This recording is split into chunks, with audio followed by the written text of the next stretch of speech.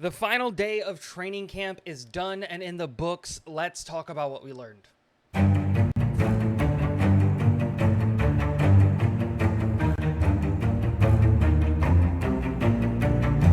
to think that the Jets are going to be doing something. What is going on, guys? Welcome back to Talking Jets with Tigo. My name is Tigo, and today we're going to be recapping, yesterday's camp and today's final day of camp. I didn't get to do a camp recap video yesterday, got really busy, and honestly got kind of stuck in the Corey Davis news and all of the stuff that was happening with Corey Davis. Expect a video later today going over wide receiver possibilities, cap ramifications, and what I think the New York Jets should do about the wide receiver situation. But let's talk about yesterday's practice. Yesterday's practice, pads came on.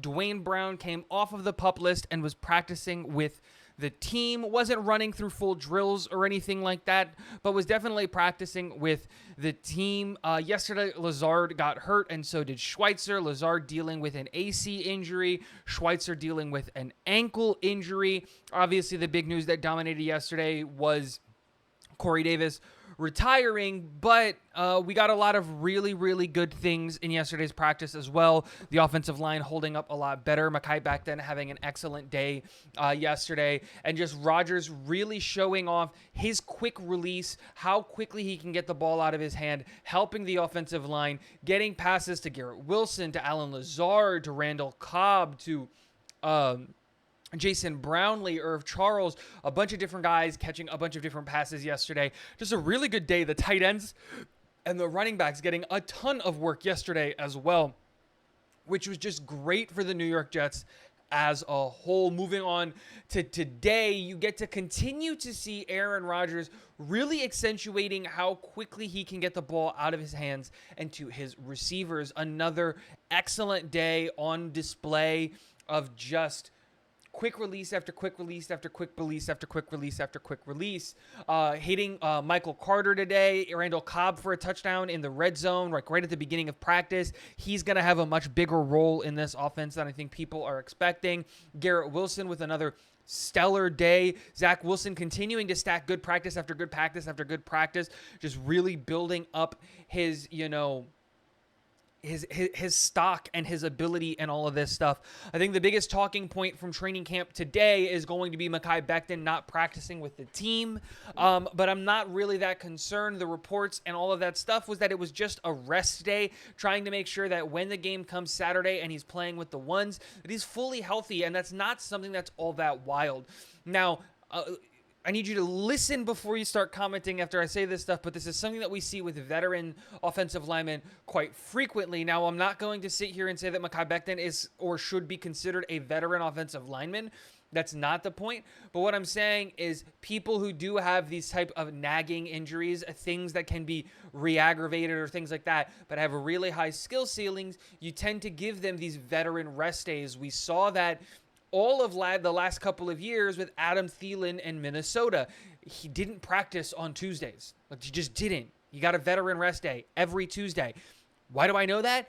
Because every Tuesday in fantasy that I had Adam Thielen, I had a questionable mark because he was sitting out and he was on the injury report, and that's how fantasy works. If they're on the injury report, you have to put them on there. Dwayne Brown, all of last year, I don't think he ever practiced during the week, like at all, like with pads and running through drills, because he was just giving veteran rest because of his shoulder. This isn't a thing that's so outside from the realm of the possibility. He was on the bike. He was still going through the walkthroughs and doing all that stuff. So super good there. Jermaine Johnson, I think, is ready and set, and I think he said a lot of really, really good things in his press conference, talking about he feels like he made a statement in this week's camp or this year's camp, and that he's ready to dominate because that's what he can do. I also love his attitude of you have to earn the right to pass, to rush the passer on third down, and the only way you can do that is by imposing your will on first and second down. And I agree with what Robert Saleh said in his press conference earlier today. Jermaine Johnson is part of a dying breed of edge rushers in the NFL that are truly three down backs, and not backs, I'm sorry, but three down edge rushers. You can have him rush on first down, on second down, on third down, because he's so good in the pass rush and even better in the run stop. He is absolutely going to dominate, and that's really good with Carl Lawson still out with a back injury.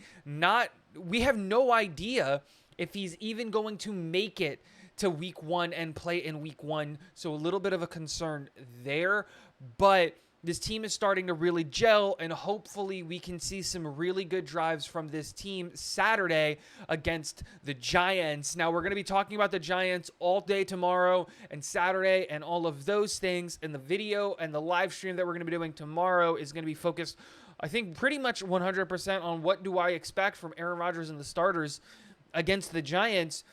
But that is something that we do have to look forward to, and that we do have, it's a positive thing. We're going to finally get to see Aaron Rodgers in his Jets debut in the preseason, getting reps with the ones and seeing what this team is made of on a big scale. So you love to see all of that. Let me know in the comment section below. What do you guys think of training camp? Training camp is over. What did you think of all of training camp? Let me know in the comment section below. Hey, if you want to watch more Talking Jets with Tego content, click on this video. And last but not least, go Jets.